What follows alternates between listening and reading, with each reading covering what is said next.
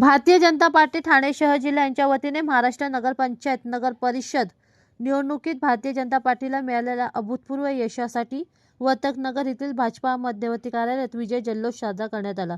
यावेळी भाजपा ठाणे शहर अध्यक्ष संदीप लेले, सरचिटणीस भाजपा ठाणे शहर विक्रम भोईर, भाजपा युवा मोर्चा प्रमुख समर्थ नायक, भाजपा महिला मोर्चा प्रमुख स्वप्नाली साळवी, सरचिटणीस ठाणे शहर समीरा भारती, सचिव ठाणे शहर शीतल कारंडे, सरचिटणीस भाजपा महिला मोर्चा वागळे मंडळ तृप्ती पाटील तसेच इतर पदाधिकारी कार्यकर्त्यांनी महिला आघाडी मोठ्या संख्येने उपस्थित होते।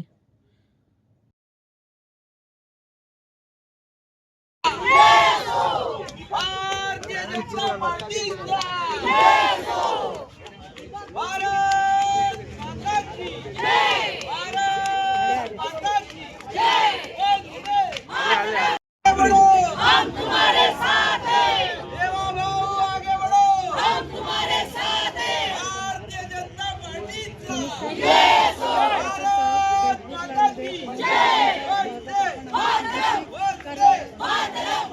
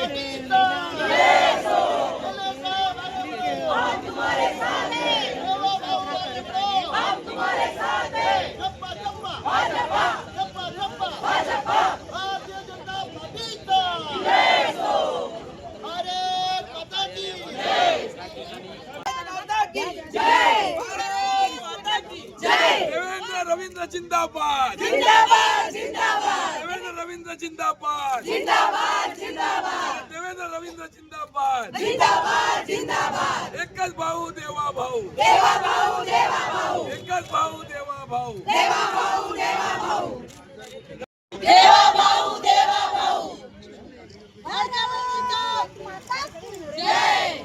चप्पा चप्पा भाजपा, लाडक्या बहिणींचा लाडका भाऊ, देवा भाऊ देवा भाऊ, लाडक्या बहिणींचा लाडका भाऊ, देवा भाऊ देवा भाऊ, जप्पा जप्पा भाजपा, जप्पा जप्पा भाजपा, भारत माता की जय, वंदे मातरम, भारतीय जनता पार्टीचा जय हो। 88 नगर परिषदा यांचा निकाल जाहीर झाला। त्यामध्ये भारतीय जनता पार्टी हा नंबर 1 चा पक्ष ठरलेला आहे। त्याबद्दल मी सर्वप्रथम माननीय राज्याचे मुख्यमंत्री देवेंद्रजी फडणवीस, त्याचप्रमाणे माननीय प्रदेशाचे अध्यक्ष आमचे रवींद्रदादा चव्हाण यांचं मनापासून कार्यकर्त्यांच्या माध्यमातून खूप अभिनंदन करतो की त्यांनी भारतीय जनता पार्टीला या महाराष्ट्रामध्ये दणदणीत असा विजय मिळवून दिलेला आहे। त्यामुळे त्यांचं सर्वप्रथम अभिनंदन। त्याच्या खालोखाल शिंदे गटाचे जवळपास 60 सीट आलेले आहेत आणि महाआघाडीच्या 213 सीट आलेल्या आहेत। त्यामुळे महायुतीच्या 213 सीट आलेल्या आहेत। महाविकास आघाडी फक्त 57 सीटमध्ये 3-4 पक्ष मिळून अटपलेली आहे।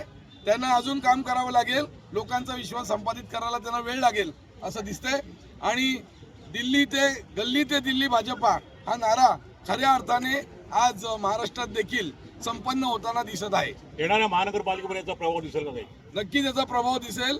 याच्यावरून साधारणतः आपल्याला मतदारांचा कल हा लक्षात आलेला आहे आणि याच्यामध्ये येणाऱ्या 29 महानगरपालिका मला तर असं वाटतंय की 2929 महापालिकांमध्ये महायुतीचाच दणदणीत विजय होईल। ठाणे महानगरपालिकेत तर नक्कीच महायुतीचा विजय होणार आहे, याबाबत काही आता आमच्या मनात शंका नाहीये।